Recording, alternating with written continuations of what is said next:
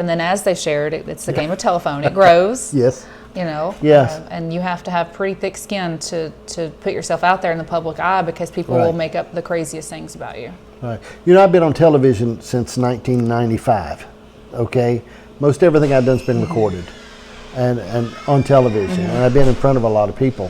But when I think about things, one time a young man, one of my son's friends said, "I heard that your dad ran off with his secretary Beautiful. and went to Pigeon Forge." Yeah.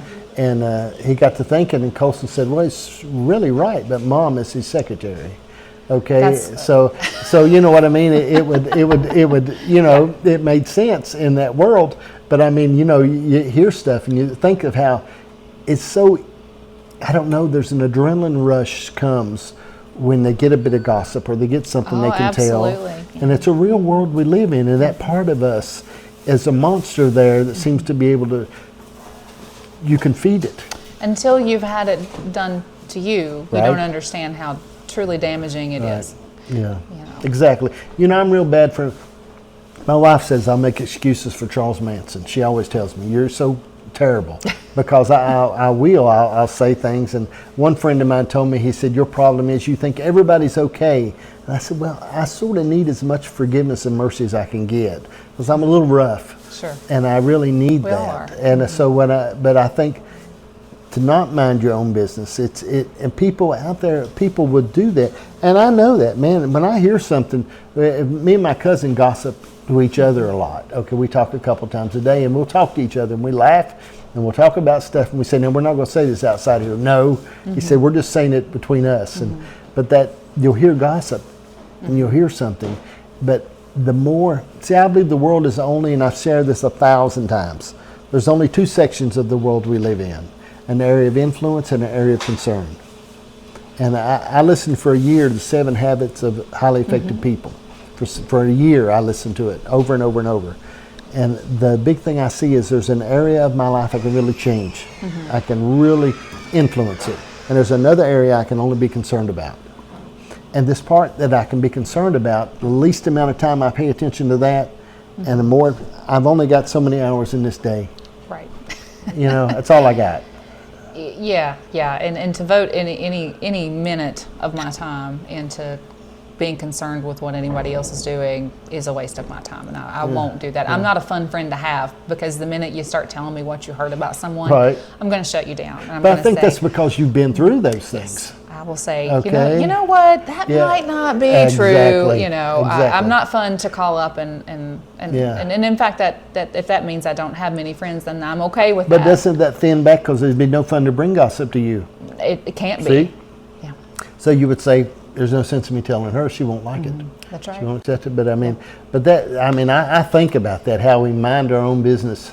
I'm a firm believer that if we'll take it and say, I'm gonna mind my own business. I'm not gonna get into that. I also feel that here, especially, I know it's prevalent in lots of towns, and especially small towns, but here, especially in Appalachia, we have a scarcity mentality.